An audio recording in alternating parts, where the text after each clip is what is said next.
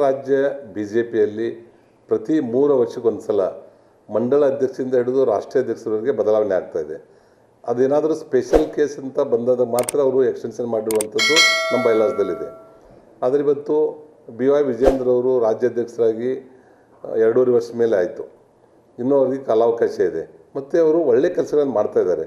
ಒಬ್ಬರು ಯುವಕರಾಗಿ ಸನ್ಮಾನ್ಯ BS ಯಡಿಯೂರಪ್ಪನವರ ಮಾರ್ಗದರ್ಶನದಲ್ಲಿ ಅವರ ಮಾರ್ಗದರ್ಶನ ತೆಗೆದುಕೊಂಡು ಇಡೀ ರಾಜ್ಯ ತುಂಬ ಚಕ್ರ ಕಟ್ಕೊಂಡು ಸುತ್ತಾಡ್ತಾ ಇದ್ದಾರೆ.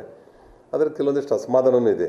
ಅವರು ವಯಸ್ಸಿನ ಚಿಕ್ಕವರಾಗಿರೋದ್ರಿಂದ ಇನ್ನು ಬರುವಂಥ ಉಳಿದಿರುವಂಥ ಸಮಯದಲ್ಲಿ ಅವರು ಹಿರಿಯರ ಮಾರ್ಗದರ್ಶನವನ್ನು ತಗೊಂಡು ಅವರು ಇನ್ನೂ ಪಕ್ಷ ಸಂಘಟನೆ ಕಡೆ ಹೆಚ್ಚಿನ ಗಮನ ಕೊಟ್ಟರೆ ಒಳ್ಳೆಯದಾಗ್ತದೆ ಅನ್ನೋಂಥದ್ದಿದೆ. ಒಂದು ವೇಳೆ ಈಗಾಗಲೇ ಅದನ್ನು ಬದಲಾವಣೆ ಆಗುವಂಥದ್ದು ಎಲ್ಲಿ ಚರ್ಚೆ ಆಗಿಲ್ಲ. ಯಾಕೆ ಇನ್ನೂ 2-3 ಮಂತ್ಸ್ ಇದೆ. ಅದು ಆ 2-3 ಮಂತ್ಸ್ ಆದಮೇಲೆ ಅವ್ರನ್ನೇನಾದರೂ ಬದಲಾವಣೆ ಮಾಡುವಂಥ ಸಂದರ್ಭ ರಾಷ್ಟ್ರೀಯ ನಾಯಕರು ಏನಾದರೂ ತೆಗೆದುಕೊಂಡ್ರೆ ಅವರಾಗಲೇ ನನಗೆ ಜವಾಬ್ದಾರಿಯನ್ನು ಕೊಟ್ಟು ಮಾಡಿದ್ರಂದರೆ ನಾನು ಹಗಲು ರಾತ್ರಿ ರಾಜ್ಯವನ್ನು ಸುತ್ತಾಡಿ ಕೆಲಸ ಮಾಡಲಿಕ್ಕೆ ಸಿದ್ಧನಿದ್ದೇನೆ. ಅವ್ರು ಈಗಾಗಲೇ ಇರೋದ್ರಿಂದ ನಾನೇನು ರಾಜ್ಯಾಧ್ಯಕ್ಷ ಸ್ಥಾನಕ್ಕೆ ಆಕಾಂಕ್ಷಿ ಅಲ್ಲ.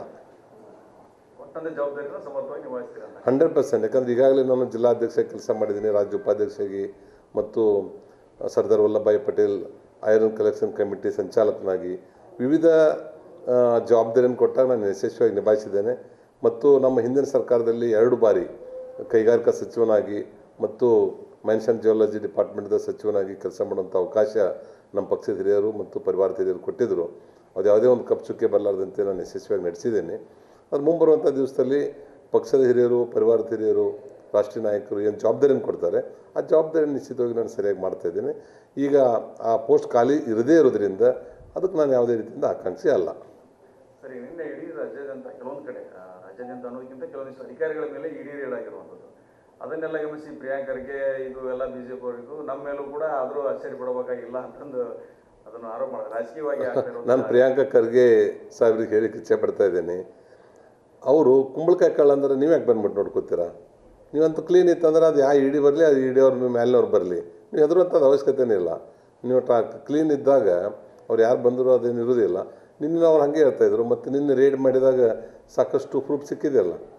ಮತ್ತು ಇಡಿ ಅವರು ಯಾರು ಕೈಗೊಂಬೇನೂ ಅಲ್ಲ. ಅವ್ರು ತಾವೆಲ್ಲ ಸತ್ಯಾಸತ್ಯತೆ ಮತ್ತು ಪ್ರೂಫ್ ಇರಲಾರ್ದೇ ಯಾರ ಮನೆಗೂ ಹೋಗಲ್ಲ. ಅದೇ ರೀತಿಯಿಂದ ಅವ್ರ ಕಡೆನೂ ಬಂದ್ರೂ ಏನು ಆಶ್ಚರ್ಯ ಪಡುವಂಥದ್ದಿಲ್ಲ. ಅವ್ರ ಕಡೆ ಏನೂ ಇರಲಿಲ್ಲ ಅಂದ್ರೆ ಹೆದರ್ಬೇಕು. ಯಾಕೆ ಅದನ್ನೇ ಹೇಳಿದೆಲ್ಲ, ಕುಂಬಳಕಾಯಿ ಕಾಳು ಅಂದರೆ ಹಗಲ್ಮುಟ್ಟು ನೋಡ್ಕೊಂಡಿರುತ್ತೆ. ಅದ್ರ ಸಲ ತಾವೇನು ಪ್ರಿಯಾಂಕಾ ಖರ್ಗೆಜಿ ಅವ್ರಿಗೆ ಹೆದರುವಂಥದ್ದು ಅವಶ್ಯಕತೆ ಇಲ್ಲ. ತಾವು ಸಾಕಷ್ಟು ದೊಡ್ಡ ಜವಾಬ್ದಾರಿಯಲ್ಲಿದ್ದೀರಿ. ಮೊನ್ನೆನೂ ಹೇಳಿದ್ದೆ ನಾನು. ಇವತ್ತು ಮತ್ತು ನಾನು ಭಾಳ ಬೇಜಾರಾಗ್ತದೆ. ನೀವು ಅದನ್ನೇ ಮುಂದುವರಿಸಿ RSS ಬಗ್ಗೆ ನೀವೇನು ಮಾತಾಡ್ತಾ ಇದ್ದೀರಲ್ಲ ಅದು ಸರಿಯಲ್ಲ. ನೀನೊಬ್ಬ ಮುಂದೆ ಒಳ್ಳೆಯ ಭವಿಷ್ಯ ಇದೆ. ಆ ಒಳ್ಳೆಯ ಭವಿಷ್ಯದ ಸಲುವಾಗಿ ಅತ್ಯಂತ ಹಿಂದುಳಿದ ಭಾಗವಾಗಿರುವಂಥ ಕಲ್ಯಾಣ ಕರ್ನಾಟಕದ ಕಡೆ ಅಭಿವೃದ್ಧಿ ಕಡೆ ಗಮನ ಹರಿಸ್ರಿ. ತಂದೆಯವರು ದೊಡ್ಡ ಸ್ಥಾನದಲ್ಲಿದ್ದಾರೆ, ನಿಮ್ಗೆ ಒಳ್ಳೆಯ ಸ್ನೇಹಿತರಿದ್ದಾರೆ, ಒಳ್ಳೆಯ ಜವಾಬ್ದಾರಿ ಕೊಟ್ಟಿದ್ದಾರೆ. ಆ ಭಾಗದಲ್ಲಿ ಒಟ್ಟಾರೆ ನಮ್ಮ GDP ಹೆಚ್ಚಾಗೋದ್ರ ಕಡೆ, ಹೆಚ್ಚು ಕೈಗಾರಿಕೆ ಬರೋದ್ರ ಕಡೆ, ಕೃಷಿ ಕಡೆ, ಅದನ್ನು ವಿಶೇಷವಾಗಿ ಶಿಕ್ಷಣದ ಕಡೆ ನೀವು ಹೆಚ್ಚು ಗಮನ ಕೊಟ್ಟು ಒಂದು ಒಳ್ಳೆಯ ಹೆಸರು ಮಾಡಿ ಇದ್ದ ಸಮಯವನ್ನು ನಮ್ಮ ಸಂಘದ ಹಿರಿಯರ ಬಗ್ಗೆ ಸಂಘದ ತತ್ವ ಸಿದ್ಧಾಂತದ ಬಗ್ಗೆ ಗೊತ್ತಿಲ್ಲದೇ ಏನೂ ಮಾತಾಡಬಾರ್ದು ಅಂತೇಳಿ ನಾನು ವಿನಂತಿ ಮಾಡ್ತೇನೆ.